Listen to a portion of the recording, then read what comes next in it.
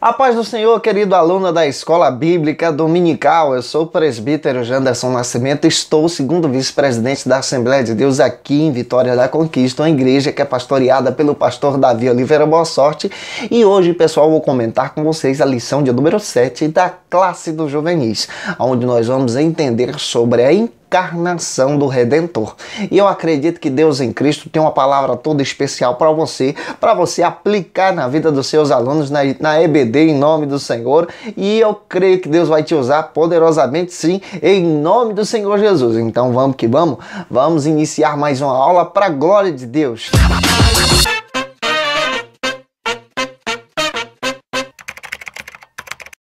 Hoje nós chegamos na lição de número 7, aqui na classe dos juvenis. Estamos entendendo sobre a encarnação do Redentor. Estamos compreendendo nesse trimestre sobre o plano da salvação, sobre a doutrina bíblica, a queda e redenção.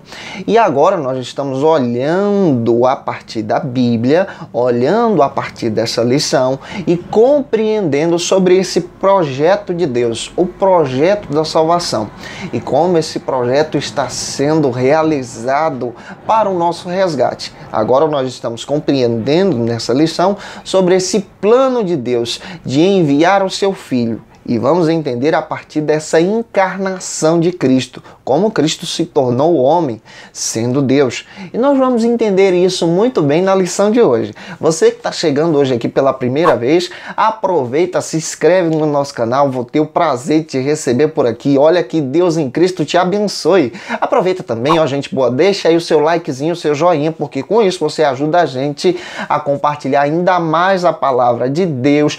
Não se esquece de ativar o sininho também para que toda vez que a gente poste aqui uma lição nova, você fique atento e já receba o material aí em casa. Eu quero agradecer o seu carinho, quero agradecer você que sempre tem deixado aí o seu comentário, que Deus te abençoe, em nome do Senhor Jesus. Você não sabe como isso nos traz alegria para o nosso coração. Muito obrigado pelo seu incentivo, obrigado você que está nos incentivando a avançar e, claro, utilizando esse recurso para podermos aprender juntos da palavra de Deus em nome de Jesus.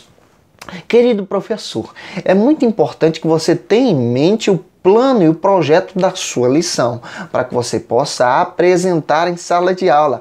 E eu acredito que vai ser uma bênção em nome do Senhor Jesus na ministração de hoje dessa lição de número 7 da classe dos juvenis. O tema de hoje é a encarnação do Redentor. E é muito importante que você tenha em mente aquele texto bíblico inicial da sua lição. Se possível, peça a um dos seus alunos para poder ler esse texto bíblico.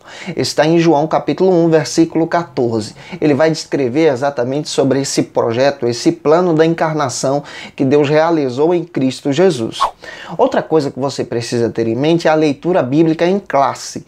Se possível, leia esses versículos em sala de aula, leia também em casa antes, com antecedência, para que você possa utilizar esse material na sua ministração. Peça aos seus alunos para poder fazer essa leitura com você em sala de aula.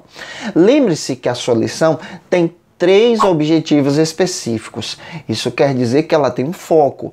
Leia os 3 objetivos específicos. Tenha isso em mente para você não fugir do assunto da ministração. Sua lição hoje, querido professor, gente boa, tem 3 pontos. Além dos 3 pontos, você vai perceber que tem ação de cada tópico e, claro, vamos utilizar isso na ministração de hoje em nome do Senhor Jesus. Apresente para os seus alunos, por exemplo, o tema da lição. E depois você vai descrever ponto a ponto que vai ser ministrado. Eles vão ficar esperando ponto a ponto com você. Em nome do Senhor Jesus, faça isso para que a sua lição seja uma bênção para a glória de Deus. A sua lição também tem o sintetizando. Eu estava errando aqui falando sistematizando.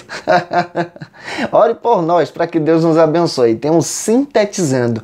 E o sintetizando é uma espécie de resumo de toda a ministração da sua lição de hoje. Fique atento, até mesmo para que você possa utilizar isso em sala de aula para a glória de Deus. Encarnação significa tornar carne aquilo que não era carne. Por exemplo, quando você lê João capítulo 4, versículo 24, o próprio texto bíblico diz que Deus é Espírito. E o próprio texto também dá a entender, exatamente a partir da luz dessa lição, que o nosso Deus, que é Espírito, se tornou carne e habitou entre nós. Leia o texto de João, capítulo 1, versículo 14, mais uma vez com seus alunos. O projeto da encarnação é um plano divino para a redenção da humanidade. E aqui nós aprendemos outra coisa também. O nosso Deus Todo-Poderoso poderia salvar a humanidade e vir à Terra já em forma adulta, mas ele escolheu em humildade ser igual aos homens, se tornar carne e habitar no meio de nós. Aqui nós vamos entender que esse projeto é um projeto divino. O próprio Cristo escolheu nascer, crescer, ser educado e aos 30 anos ele exerceu esse ministério do resgate, esse plano divino. E hoje nós estamos entendendo que é projeto de Deus esse plano da encarnação, que foi profetizado até mesmo pelos profetas da Antiga Aliança, o Antigo Testamento. Se você iniciar a sua lição entendendo isso, explicando isso para os seus alunos, você vai ter exatamente um recurso primordial para utilizar hoje em sala de aula. E a própria lição vai nos ensinar e a aula vai começar, e o foco que você precisa utilizar nessa lição é exatamente isso: demonstrar que Cristo, sendo perfeito, sendo Deus, tendo toda a responsabilidade de senhorio, tendo toda a glória em suas mãos, ele escolheu em humildade se tornar homem em forma de servo, habitar entre nós para poder exercer o projeto da salvação.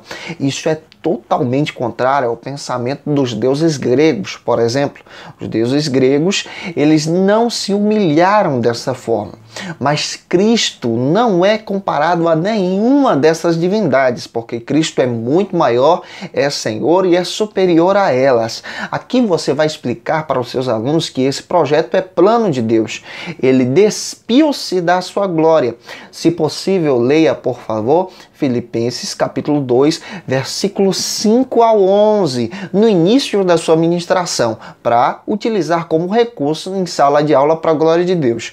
O primeiro ponto da nossa lição vai tratar sobre o seguinte assunto: vivendo na eternidade. Nós vamos descrever exatamente esse plano de Deus que é traçado na eternidade. Lembrando que esse ponto também possui 3 subtópicos e eu vou explicar subtópico a subtópico, dividindo, para que você possa compreender em sala de aula e utilizar como recurso na EBD da sua igreja. Inicialmente, nós precisamos entender exatamente que Cristo já estava na eternidade, que Ele é eterno, que Ele é Senhor, Criador de todas as coisas. Ele é o Senhor da criação. Por causa dele, todas as coisas foram criadas. Cristo é aquele que traz vida a todas as coisas. E o primeiro subtópico da nossa lição vai nos fazer entender sobre o seguinte argumento: Jesus, a palavra de Deus. Em toda a Bíblia, nós encontramos vários títulos para a pessoa de Jesus. Mas um dos títulos que nos chama a atenção está em João, capítulo 1, versículo 1 ao 4. Leia esse texto com seus alunos. Você vai perceber que Cristo era o Verbo, a palavra, e a palavra estava com Deus, e a palavra era Deus. E o segundo subtópico vai demonstrar que o Redentor já estava na eternidade, ou seja, Cristo já era participante da eternidade, ele é eterno, ele já estava com Deus. João capítulo 1, versículo 1. Possuía atributos poderosos como onipresença. Pergunte o que é isso para os seus alunos.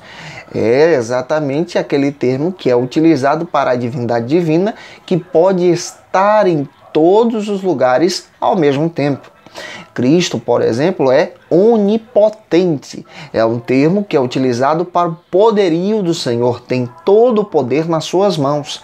Cristo é, por exemplo, eterno, ele não tem início e nem fim. Ele é eterno e a sua eternidade é para sempre.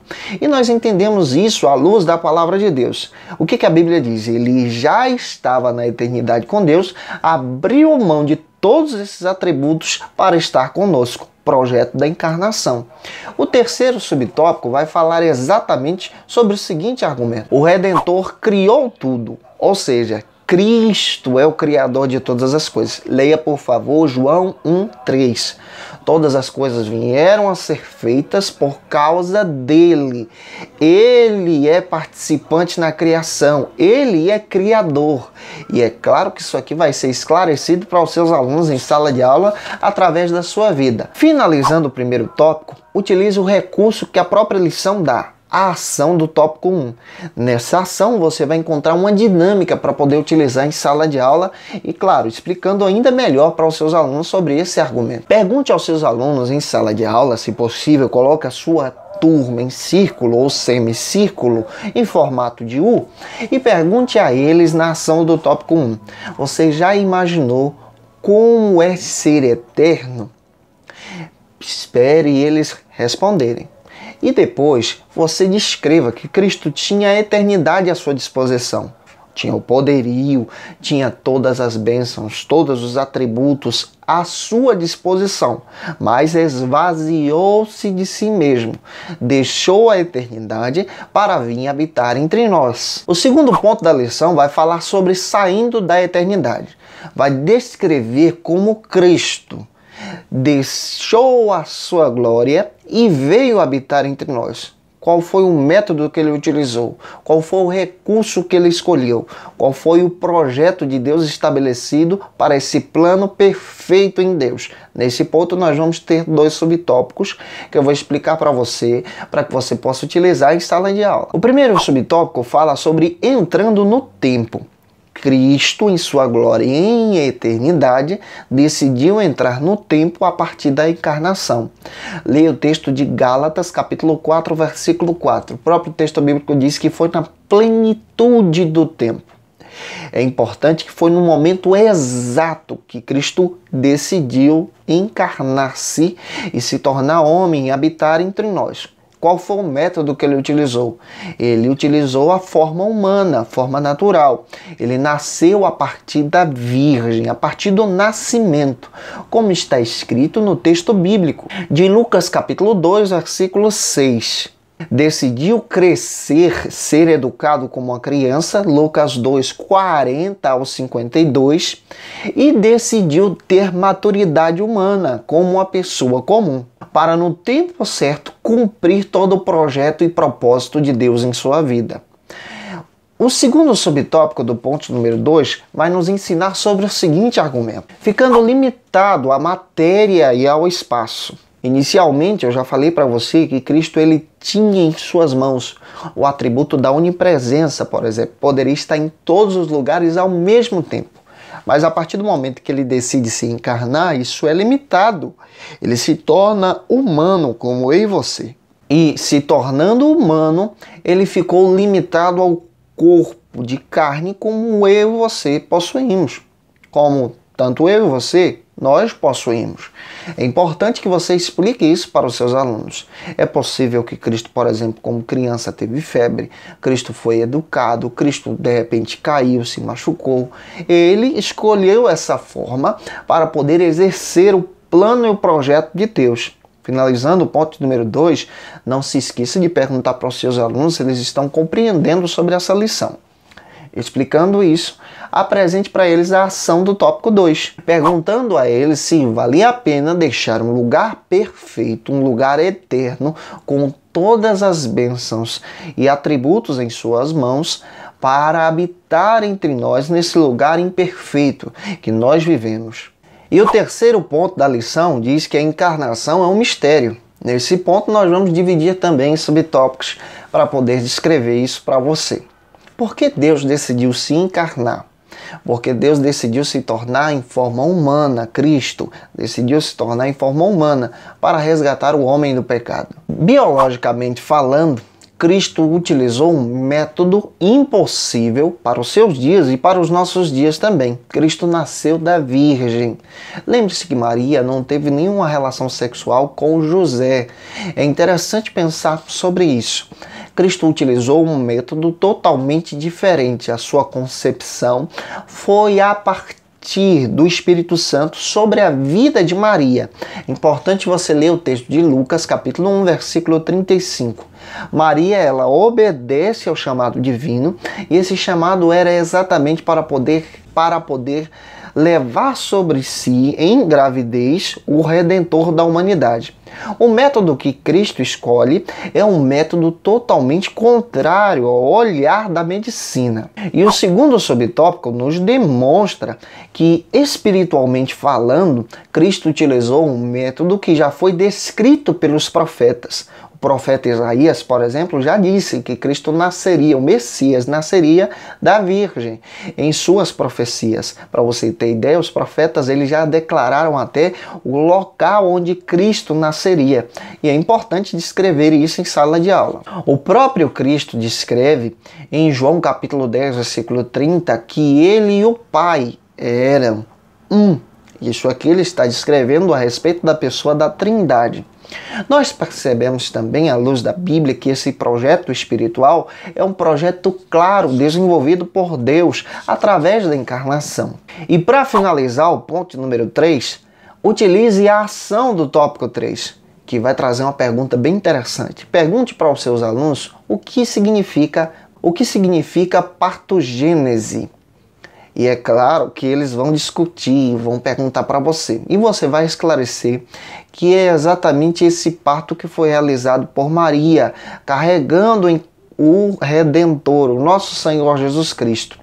É interessante descrever em sala de aula, porque o método que Deus utilizou é um método totalmente contrário ao pensamento e à lógica humana. Claro que ele é Deus.